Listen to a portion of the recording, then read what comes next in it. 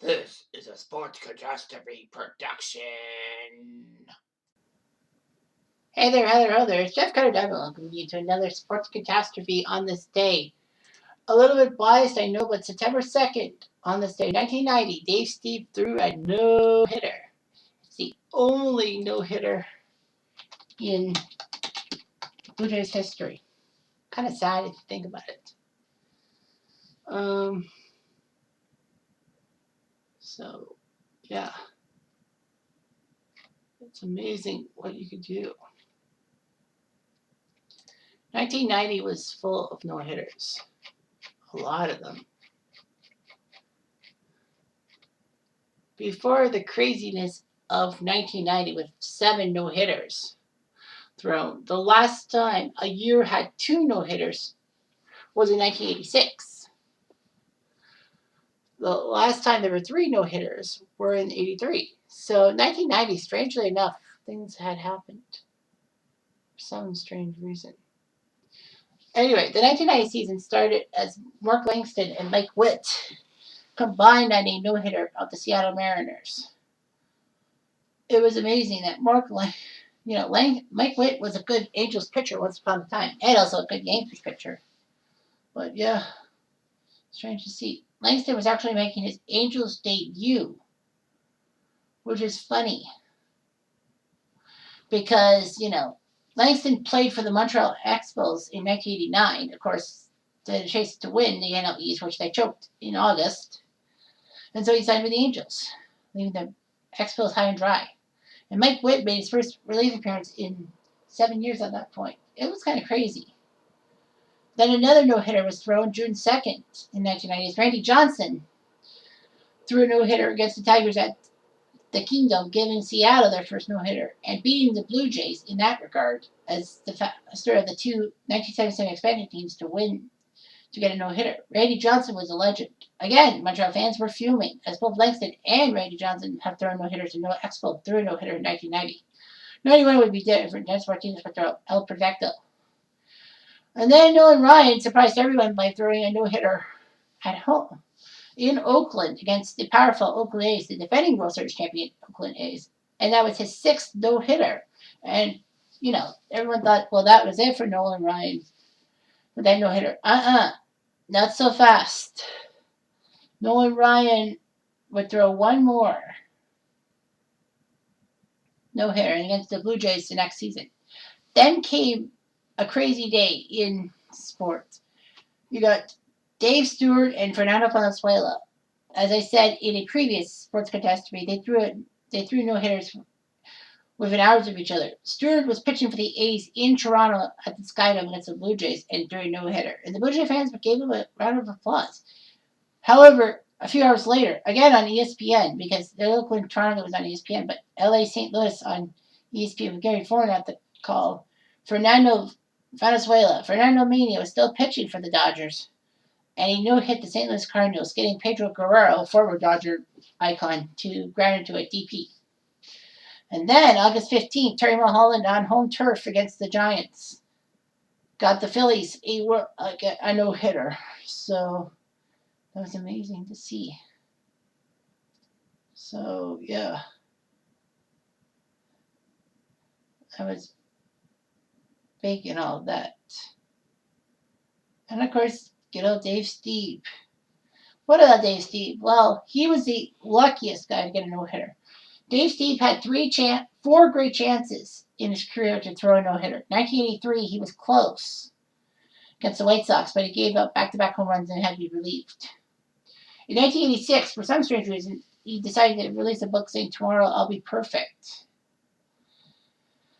I had that book as a child, and I liked reading it and all that. That book was in 1986, just after the 85 disastrous LCS that he had, giving up that wind-blown triple to Jim Sundberg in Game 7 of the LCS. Then Dave Stieb in 1988 had a chance to get a no-hitter. He was facing the Cleveland Indians, but a bad hop single, I think it was Julio Franco, but anyway, a bad hop single at Cleveland Stadium went over the second baseman's head and got a base hit.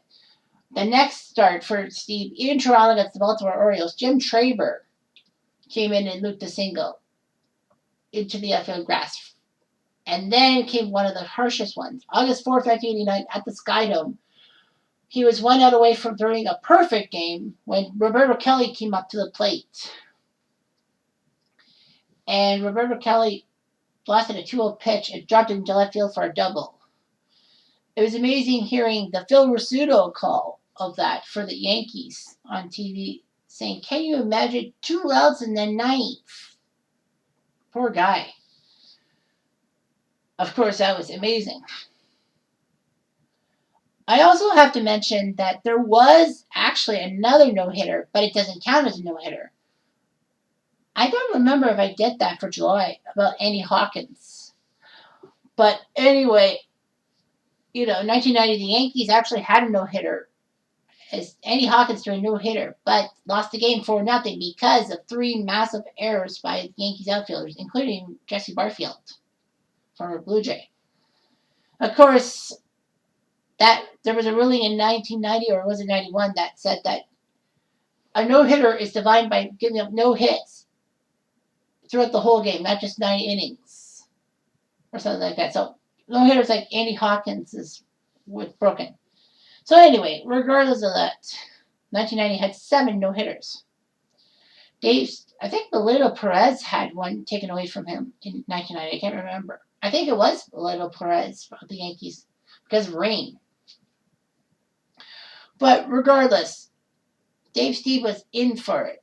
He was facing the Cleveland Indians on a beautiful Sunday afternoon at Cleveland Municipal Stadium, where the Cleveland Air Show would be flying high over the stadium, as is almost tradition with the Blue Jays on Labor Day weekend, having an air show. So anyway, Dave Stieb looked good, and he took on Cleveland. Ken Phelps, who found his way on the Indians in the 8th inning, actually hit a ball so close he flipped it over Fred McClur's head, but it bounced foul. That was the closest they got. So Dave Stieb pitched carefully, and then basically he got to Jerry Brown, who hit a ball to right field for, I can't remember, I would say Carter, but I'm wrong. I can't remember the full Don Chevrier call, but anyway. Fly ball to right field. He has got it. A no-hitter for Dave Stieb, the first in Toronto Blue Jays history. And it was amazing that this guy had 4 no-hitter opportunities blown in the 9th inning, and yet he finally got it. And the only one in Blue Jays history. I remember watching in 2010, I think it was, that Brandon Morrow actually was within an out of getting a no-hitter. And it would have been nice for me to see a no-hitter on TV because I never had cable till 2003. And no, I had cable in 2002. That's right. Yeah, in 2002 I had cable. But I never saw a no-hitter. If I kept watching TBS Braves games, I probably would have seen Randy Johnson's perfect game, but I didn't. So I kept missing out on no-hitters and all of that. And then the first no-hitter I saw on TV was Roy Halladay's no-hitter in the playoffs against the Reds in 2010. It was amazing that I finally got to see a no-hitter. Like, I was watching, I think, the full game or something like that. So, anyway, yeah. So, Dave Stieb did it for the Blue Jays. I think he's still the winningest pitcher in Blue Jays history. I think so. But Dave Stieb was an icon and all that. I mean, it's amazing to see that the guy freaking had thrown away 4 chances at a no-hitter. Well, one was a perfect game, but he finally got it. The Blue Jay fans were happy. Sadly, though, the Blue Jays just missed out on the AL East that you're losing by 2 to Boston on the final day of the 1990 season. So that sucked in a sense. Stieb, unfortunately, would have injury problems after the 1990 season and never came out of it. Anyway, I'm Jeff Diamond. I do.